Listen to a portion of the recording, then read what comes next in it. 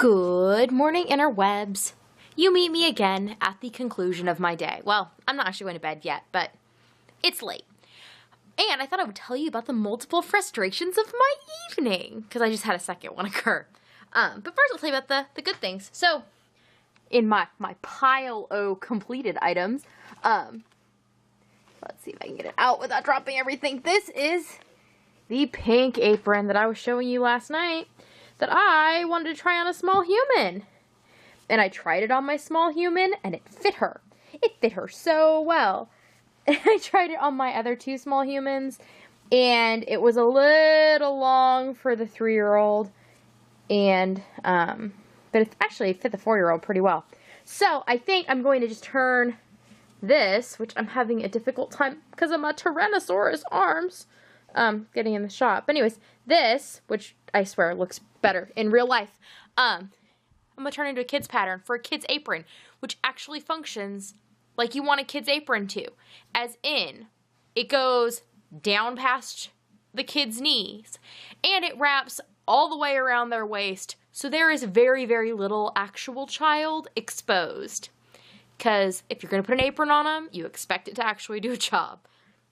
So I worked on that. That was good. Gave some love to my Afghan tonight. It went well. Started making a placemat tonight. It's going well as well. And in that process, I decided I wanted some coffee. So I made myself some coffee, or so I thought. It was taking a long time. It wasn't really perking. I go over there. It's perked just a little. I poured what had perked into my cup. It was all right. And then it wouldn't, I was like, I'll just, wait a little bit. And it wouldn't catch up. So I was like, okay, we're just going to give up on the coffee mission. I removed the coffee basket, added vinegar to the, water reservoir. I was going to rub vinegar through it. It's doing that for a while, and it's making more of the normal sounds, I thought. And it was doing that for a while. Then all of a sudden, it makes a big, loud noise.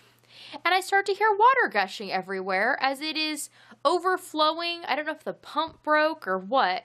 It's overflowing on the counter and on the shelf where it sits and onto the floor. And my initial reaction was, ooh, get your camera. You should vlog this. And then I thought, or you should go grab some towels and mop up the hot steaming water before it hurts anything.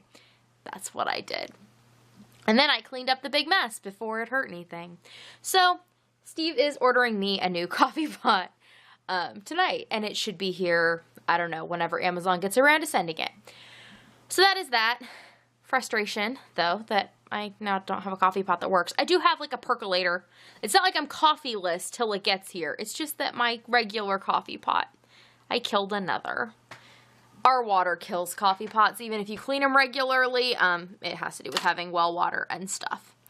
Then it occurred to me, I was looking at the date, and I was like, oh, it's the 16th/17th of April. I should probably get to working on my crocheted project for the uncreators, for the uncreative crafters crochet along.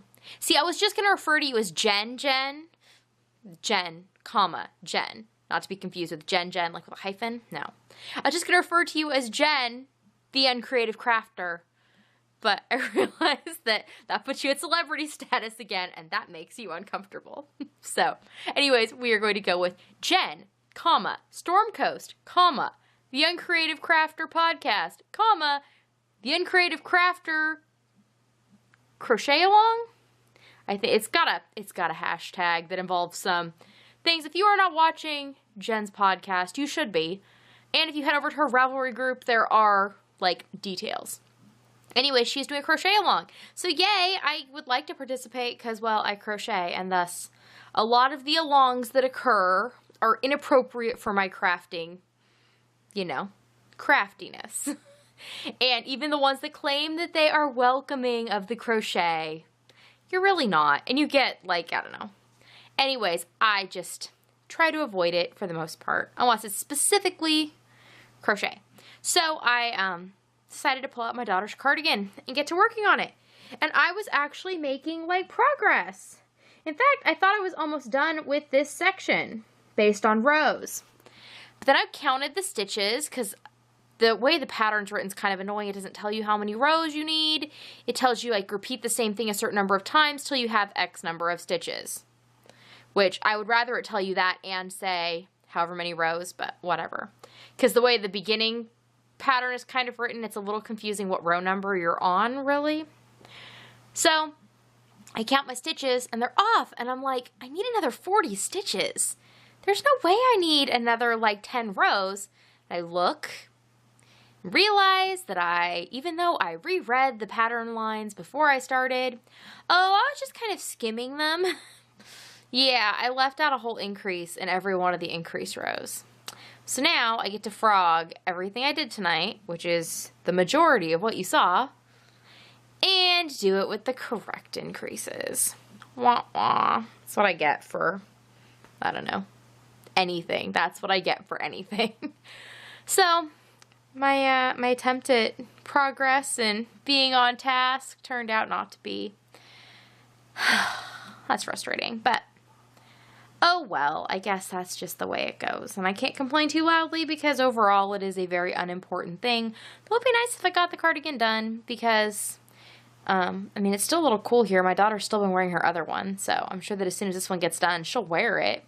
Shoot, knowing her, she'll wear a tank top just so she can wear it. Which is lovely, and is why I will continue to make her items like this, because so long as the kids keep, you know, going for them first. The sweater vest I made my son for Christmas, as soon as it's clean in his drawer, is like the first thing he wants to wear. And likewise, the hoodie that I made my other son is a much beloved item. So, well, they are no longer getting Christmas booties because I keep finding them on the floor covered in dog and cat fur. I will continue to make them large garments, which unfortunately takes longer and more energy. But I don't know. If they'll wear it, that's a good thing. So now I'm going to go frog this and watch some more Vlogbrothers, which again, I am thoroughly enjoying. I am watching like most of their back catalog. I am currently in the middle of 2011's videos, which is only really exciting for me because that means I have more than 6 years of videos to go. So that's fun because, I don't know, I'm a little burned out on some of the things I had been watching, and also I just don't feel like there's a lot of content there, too. I don't know. My viewing habits are weird. Oh, I subscribe to YouTube Red. Do any of you subscribe to YouTube Red? I subscribed today because I was sick of watching the commercials, and so right now I'm on my 1 month free trial. I'm going to try it out and see what I think, because I mostly watch YouTube actually on my computer. So I get like every kind of ad you will get on the computer. And I also hate the fact that I skip the ads a lot just because of time. And also a bunch of the ads are creepy. And anyways, I don't want to be subjected to a lot of the content, despite the fact I would like the creators I watch to get the revenue, because hint, hint, it's nice when you get that revenue. But if you have a YouTube Red subscriber who watches your videos, I don't know if everybody knows this, they automatically get revenue. Like every YouTube Red view I get, I automatically get money. Whereas if like you skip the commercials, you don't, which that's not like the reason to be making videos, but it can become a nice side benefit or a benefit that will enable you to like buy a new camera when the time comes, that sort of thing. But yeah, if a YouTube Red person, every YouTube Red video or view, just automatically becomes money, basically, which is nice. So, I don't know. It's something worth looking into or thinking about, especially if you feel kind of the way I feel, as in you would like to support the creators that you watch who monetize, which is most people. If you would like to support them but don't want to sit through the ads, maybe you're $10 a month, which, you know, is, for the fact I watch so many hours of YouTube, is not that much. Might be worth your while. Plus, there's a 1 month free trial, so you can try it out and see what you think. Which is what I'm in the process of doing. And I might decide at the end of the month that I think it's lame, but I have a feeling I'm gonna think it's a good thing. So anyways, with that in mind, I shall go frog, watch my commercialless YouTube, and then I'm probably headed to bed Though I don't know. I'm really, like, awake now. I was really sleepy all afternoon. This happened to me last night, too. I was really sleepy all afternoon. Like, on and off. Extremely fatigued, and then I'd be fine. And then, like, can't keep my eyes open, then I'd be fine after, like, a 10-minute nap. And then come 4:11 in the morning, and I'm like, woohoo, let's go. Yeah. That's what happens. But hopefully it'll start happening a little less. Because it would be nice to be sleepy when I'm supposed to be. Okay.